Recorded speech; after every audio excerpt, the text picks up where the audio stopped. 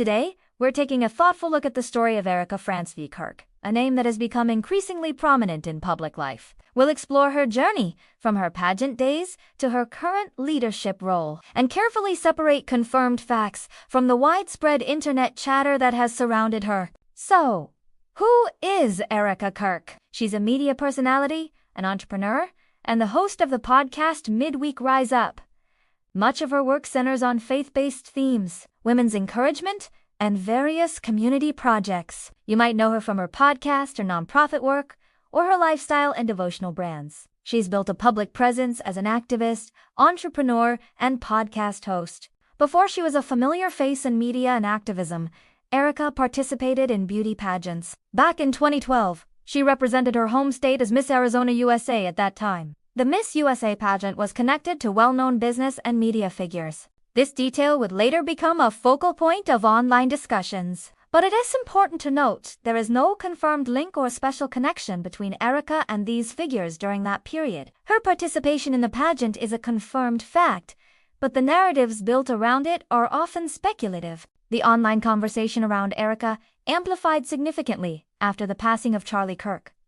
A photo of Erika at a memorial service began to circulate widely. Some online users took this image and suggested it was proof of a long-standing, close connection between her and certain public figures. However, a careful review of available reporting shows no verified link prior to that moment. Much of the online narrative that grew from this was based on the timing of events and assumptions, not on confirmed information. It's a classic example of how online talk doesn't always equal verified fact. As Erika's visibility grew, so did the spread of various online posts. One claim that gained a lot of traction involved her nonprofit's Romanian Angels division. Posts shared across social media linked her organization to sensational articles. But when we reviewed the original sources cited in these claims, a different picture emerged. The articles themselves did not mention Erika or her organization at all. This highlights a critical need to check sources before accepting online claims, as the information being shared was not supported by the evidence provided.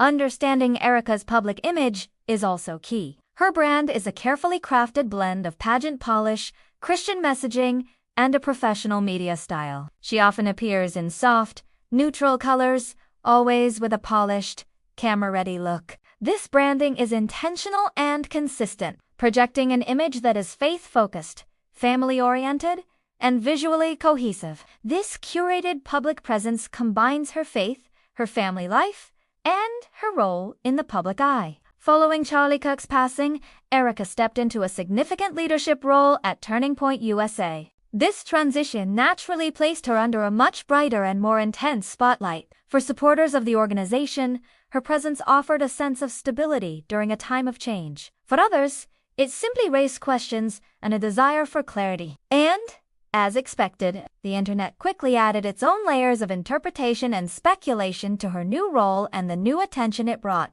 This new position also meant she became the public face of the organization during a period of intense scrutiny. Some online conversations began to highlight questions from donors who were asking for more clarity and transparency about how funds were being used. While these conversations were not directly tied to Erika's personal history, her new leadership role made her the central figure in addressing these organizational concerns. So, after navigating all of this online noise, what do we actually know for certain? Let's recap the facts. First, we know Erika competed in the Miss USA pageant in 2012.